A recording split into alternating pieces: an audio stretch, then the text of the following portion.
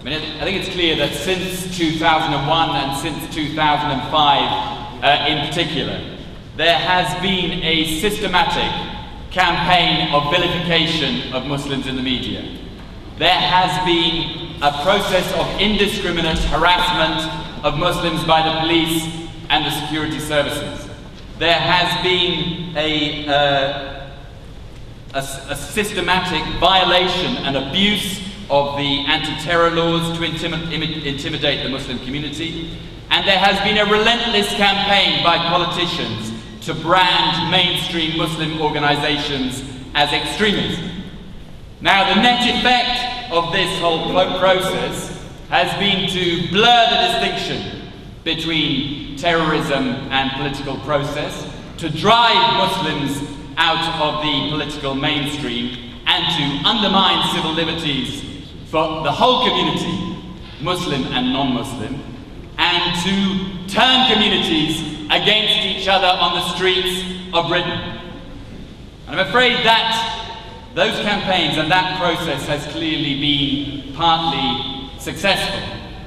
Now, the media in particular has played, as people have said, a particularly negative and poisonous role in this process. And I'm not just talking about the most toxic end of the press, the Daily Express, The Sun, with their anti-migrant, anti-burqa campaigns and all the rest of it.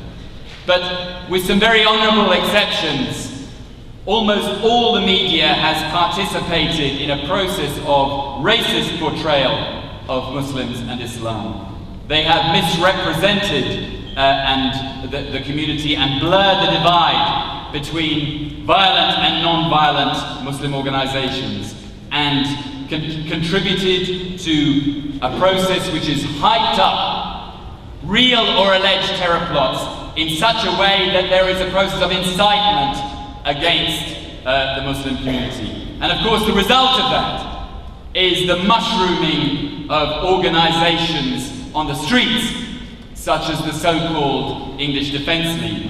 And I think more than any other far-right organization that we've seen in recent years, its language and politics are directly the product of the culture and the discourse that we've seen in the media. I don't know whether any of you saw the report, very good report in my opinion, by Matthew Taylor in The Guardian last Saturday about the EDL and its inner workings. If you just listen to some of the language that they use, you know, Islamic extremism, Islamists when they mean Muslims, the takeover of Islam, it's all straight out of a particular part of the mainstream media, and it's come down onto the streets in violent, vicious attacks on the ground. Now, a special characteristic of this anti-Muslim bigotry that gives it particular force, and people have talked about it already, that some secular liberals think that Islam is an ideology and not an ethnicity, and that they are defending liberal values by attacking it, that they're on the right side of racism.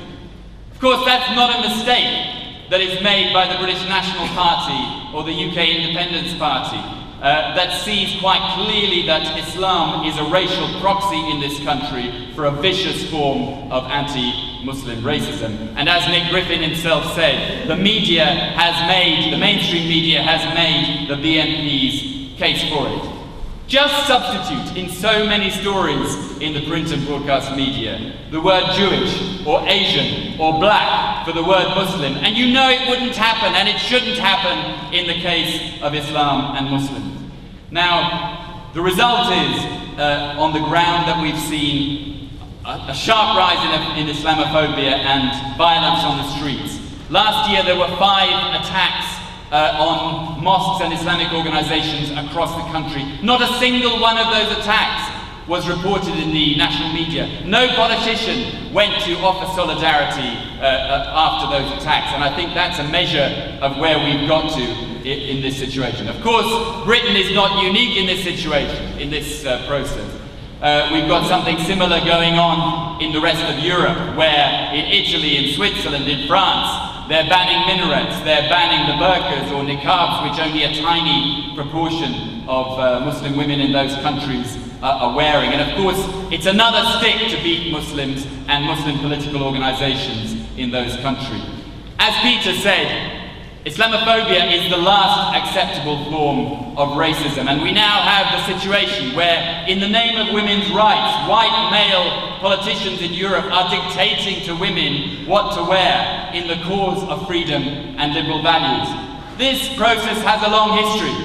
Go back to the British in Egypt in the 19th century, or the French in Algeria. They were doing exactly the same, trying to ban the hijab or the veil in the cause of progress and freedom, but actually in the cause of empire and repression. Now, in its modern incarnation, Islamophobia in Britain today and in the rest of Europe is now the direct result of and the ideological underpinning of modern imperial wars of occupation and intervention in Afghanistan.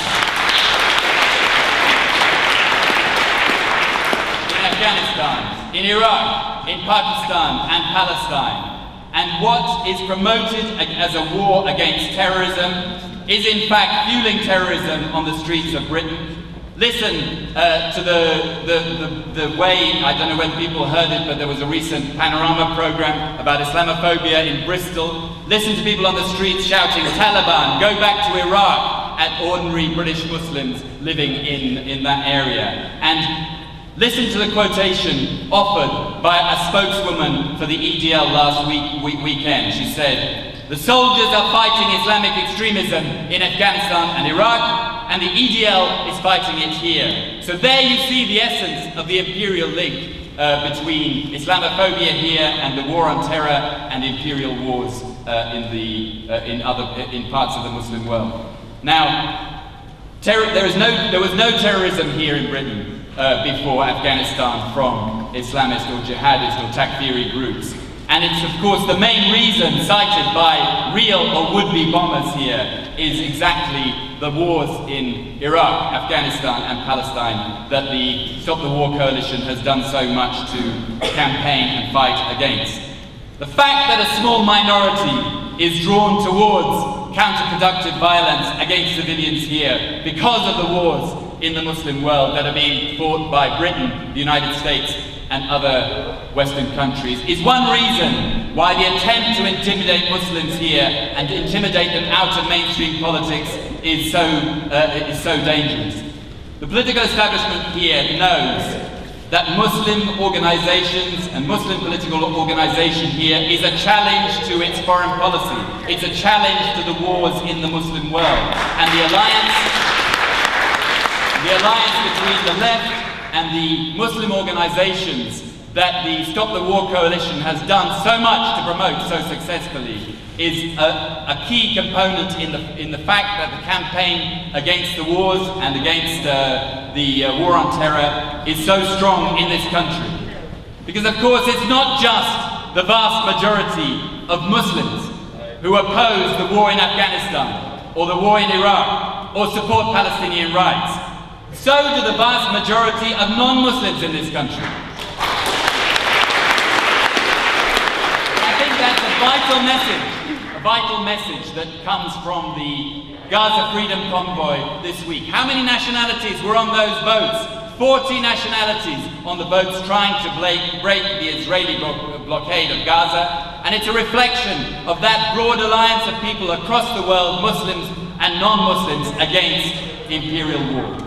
And that's why action to make this underlying unity between Muslims and non-Muslims is not only the way to force the British government to end its support and participation in wars of occupation and intervention in the Muslim world, but it's also the way to end the poisonous threat of Islamophobia in our own communities here. Thanks very much.